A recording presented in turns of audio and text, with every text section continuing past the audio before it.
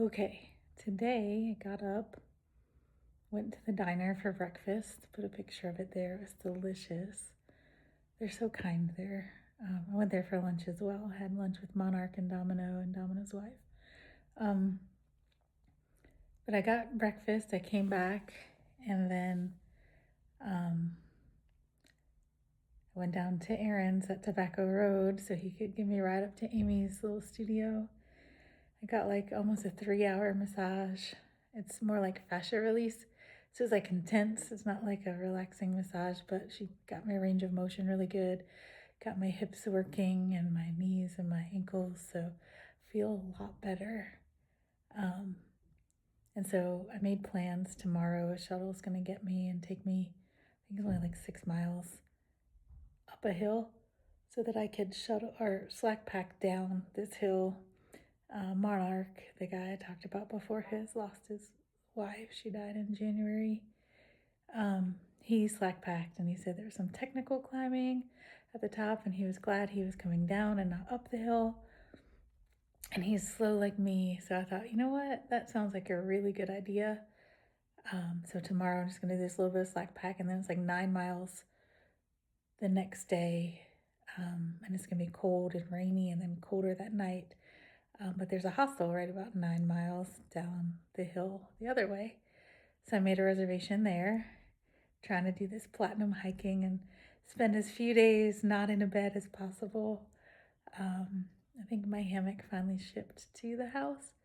So hopefully I'll get that soon. But this is really about the first promise I made to myself, because the reason I'm out here is the second promise I made to myself when I was 12 or 13. I can't remember how old I was. But the first promise, so backstory a little bit. I grew up in a house, like an old historic home, part of the Underground Railroad, big, on like 20 acres, pond, cornfields around, cows. Sounds like paradise, right? But anything but. So it was a large house. My grandparents owned the house. My grandfather and my grandmother, my mom's parents. And then it was my mom and dad and my sister and me. And then my aunt and uncle and my two cousins, my boy cousin and my girl cousin. My boy cousin was only 6 months older than I was, so it meant he was a grade older in school, which always like stung a little bit because we were basically the same age. But the way that the birthdays fell, he was a year older in school. But since we were 6 months apart and I was a tomboy, he and I were like more like brother sister, fighting, playing. We made forts outside. I wasn't allowed to have G.I. Joe, so I had Barbies, so I like shaved their heads and made them in the army, and I would beat up G.I. Joe and was it Splinter? I don't remember the guy's name. Or is that from Ninja Turtles? Anyway, and then my older sister and my younger girl cousin, they kind of played together. I mean, well, all four of us played together a lot, especially a lot of like endless Monopoly games in the summer. Trigger warning, child abuse. So my grandmother was my abuser, physically, spiritually, emotionally. Um, the leather fly swatter, the telephone, the metal spoon, the wooden spoon, anything she could grab. Um, just a very frustrated, angry lady. And as I'm an older woman now, I like my space in my house, and I get how like you already raised your kids, and now your two daughters came back with their husbands and their children. But it was supposed to be like they're gonna build this Christian retreat center, and it's gonna be like this Jesus utopia. It wasn't. I have a lot of. I might cry on this one. Trigger warning: crying. Plain Jane. I have a lot of my childhood blacked out. I don't remember a lot of it. And there are some happy moments. Like I remember sitting in this coat closet. Looking back now as an adult, like I was just there for a funeral of my aunt, actually. We got to see the house again. Yeah, I'm crying. And there's a coat closet. There's this little shelf in the back. I mean, it's got to be 8 inches, maybe. My boy cousin, and I would climb behind the coats like Narnia and sit back there with flashlights and read books, like the Bobbsey twins and some mystery books and things. And we'd hide behind the coat closet, and it was like underneath the stairs, so we'd hear people going up and down, up and down, up and down, kind of looking for us, and we were always hiding. We'd sneak back out. So those were like fun memories.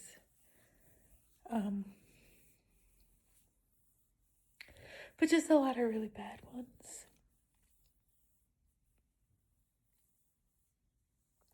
And so I remember as a little kid going to church and everyone telling me how lucky I was that she was my grandmother, because she was such a wonderful lady. She was so kind and she was so loving. She was so generous. She was all these beautiful things. And I'm really, honestly, really glad that she could be that to somebody. She just couldn't be that for us. And as I got older, I would fight back and we would come to blows. I remember trying to grab a knife one time to kill her because I was just done. And I realized I needed to leave because one of us wasn't getting out alive, and that was not a place I wanted to be. So I moved out at 16. This beautiful couple, Matt and Tiff, let me stay at their place and crash at their place. I didn't hardly know them. They were from a church I was going to. And it was just beautiful respite and peace. But the promise that I made myself was that I would see her dead body when she died to make sure she was really dead. And I remember as a little kid praying in my bed night after night, like, Lord, can't you use her more up there? Why don't you just take her? Can't you just kill her? Can't you just take her like Enoch or Esau and just lift her in the sky? Like, she's hurting me. And night after night, the prayer went unanswered, and I still love the Lord. And I know that He had reasons for everything that He does and allows to happen. And I know people have very different opinions on all of that. I'm not trying to have a religious debate. I just know that my feelings towards my God and my Jesus, He has my best interest at heart. And bad things happen every day to beautiful people, and bad things happen every day to terrible people. But beautiful things happen every day, and blessings happening every day to good and terrible people. So anyway, some years ago, I was in paramedic school. I'm a paramedic. And finally got word that she had died. And I was so happy. I hadn't really talked to her. I had gone through this long process of forgiving her. And I'll tell you a funny story at the end, because we can't leave this with me crying, because I already said I wasn't going to do it. So I already broke a promise. It wasn't a promise. I just told you I wasn't. And I did. But comic relief at the end, kind of how the body keeps the score kind of thing. But anyway, I got the news that she had died. And so I told my mom that I needed to see her body because it was going to be a closed casket, like graveside funeral. And the undertaker, I don't know their names, the guy at the funeral home, the director guy, had said, like, I was gonna, like, if I was gonna see the body, it would need to be partially embalmed. And I said, can you tell him I'm an EMT and I'm in paramedic school? Because she was at like an old folks home, and then she'd just been in the cooler, right? Like, it was not a traumatic death. And so they told this guy that I was an EMT in paramedic school. And he was like, okay, you don't need to do the embalmment. But I was ready to pay whatever it took to keep this promise. So I went up there, and they had her laid out in her casket or whatever. And I had my youngest son with me. And at the time, he was thinking of like forensic pathology. He was probably 6. I don't know how old he was, little. And he would sleep with this picture of the nervous system. So it was basically like eyeballs and then like, um, was there even a skull? I don't remember, just like eyeballs and then um, a spine and like all the yellow nerves coming out. And he loved that picture and he would sleep with it, which sounds weird, but like medical family. Anyway, he wanted to see a dead body and he was really mad and jealous that I got to go to the cadaver lab for paramedic school. And he wanted to go, and I said, I think they would consider that child abuse if I tried to bring you to a cadaver lab at like 5 or 6 years old. So I brought him with me, and I remember walking in that room and seeing her, and I hadn't seen her in a long time. I had forgiven her, but I hadn't seen her in a while. And it was just this relief, this like beautiful joy. That even though I had forgiven her, that like she couldn't hurt me anymore. And that's what I said. I said, you can't hurt me anymore. It's done. And I walked over there, and my youngest son just like immediately poked her really hard in the chest, and it made me laugh. And then he got very medical, and he was like, what do her eyes look like? What does this feel like? And I told him like it was going to be a body that was hard and it was going to be cold, and it wasn't like a person anymore. It was just a body. That when somebody dies, like their humanity, their person leaves. And I'd seen that so many times in the back of the ambulance, like here's a person and here's a body. And there's that weird transition state. So I said what I needed to say to her. He was there. I don't think he paid much attention or even really heard me, thankfully. And it was just such beautiful closure. So that was the first promise I kept to myself out of the two, because growing up, promises were broken a lot. I promised this, and never happened, or we're gonna do it, I promise. And so to me, if I promised something, it meant something, because I wasn't gonna break a promise. So that was promise number 1. Now, kind of a funny story, along with the body keeping the score. From the time I could remember, anytime I went to lift something really heavy, I would just immediately start crack up laughing. And I'd have to drop whatever it was, a piece of furniture, a heavy box. Like I was worthless. And it got to the point where it's annoying because when you're little, it doesn't really matter. It's so dumb. But as I got older, like I wanted to help move furniture or pick up something or help somebody move a box or help somebody move their house. But I couldn't, because I would pick it up and literally my whole entire body would just start shaking with laughter. And I was like, I don't know why this happens. So right before I got married, I went to see my grandmother with my fiance. And I sat down and I said to her, thank you for meeting me. It was in the kitchen of the house I grew up in. I said, I just want to let you know I forgive you for every evil word you spoke against me. I forgive you for every time you've raised your hand against me. I forgive you for every prayer you prayed against me. I just want to let you know I forgive you. And she immediately looked at me and said, I don't remember doing any of those things. I don't know what you're talking about. And I said, that's fine. You don't have to remember. You don't have to confess. You don't even have to know that it happened. I just need you to know that I forgive you for everything you ever did against me. I forgive you. And then, this was not planned, but I just had this thought and I said, is there anything that I did against you that I need to apologize for? And she said, actually, yes, there is. And I was like, okay, this is going to be good. What is this? And she said, when you were, and I don't remember, she said I was like 5 or 6. I was little. And she said she was having me help her move a bureau outside. Now, outside our porch was like a stone porch and it had concrete steps that went down to a patio. And I was helping her move a piece of furniture or box, something heavy. And she was like on the way down the stairs, and I was at the top of the stairs. And she said, "And you dropped it on my toe."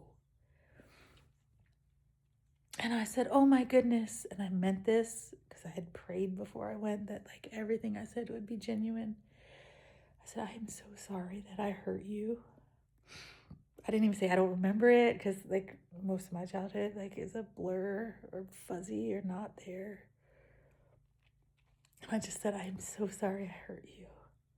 Will you forgive me?" And she said she did. But right then everything started clicking, and I realized that um the laughter, it's supposed to be a funny thing, now I'm crying again. The laughter that I had when I lifted something heavy was my body remembering that I got back at her, and I don't think I was trying to. I'm just too little to carry a heavy piece of furniture, and I couldn't hold on to it. But somehow I knew that, like, I got back at her, and my body knew that, and it was so overjoyed that anytime I lifted something heavy, it remembered and was joyful. And so while it annoyed me then, like, I'm understanding that, like, it was just holding a piece of me. Um, that one. But after that moment, I was like 20, 21. I could lift anything, anytime, and I never laughed. Well, I mean, unless somebody's telling me a joke or something, I never laughed lifting heavy things again, which is good because, like, as an EMT and paramedic, like, I'm lifting people. And so to, like, drop people would be bad, not funny. So it's just very interesting how, people say the body keeps a score and it's stored in your fascia and all these things, but how just forgiveness, um, just let it go. So that was the first promise that I made to myself and that I kept. And I've kind of talked about promise number 2 that I'm walking out right now. I think I'm going to explain it a little bit more in another video for later. But I'm about to go downstairs. I'm still at Elmer's Sunnybank Inn in Monarch. That guy I asked y'all to pray for who lost his wife. He and I are going to go walk down the street and get ice cream. Now I need more ice cream because I'm crying. But I don't apologize for crying. It's an emotion, just like laughing and everything else. I'm just trying not to make one of those, let me start crying and then start recording. This is honesty. But I just kind of wanted to let you know why promises are so important and why this stupid hike is so important to some part of me that needs to heal. And so while I'm not a purist and I'm not going to hike every single mile and step of this trail, that's not what it's about for me. It's about walking this whole thing, like skipping some, whatever, but like walking this whole thing out and finding out what it is I need to do to heal, or maybe it's just the accomplishment of this. I don't know why I'm here other than keeping a promise, but it's important for me to keep promises. So yeah, so that's promise number 1. And I'm gonna go get ice cream.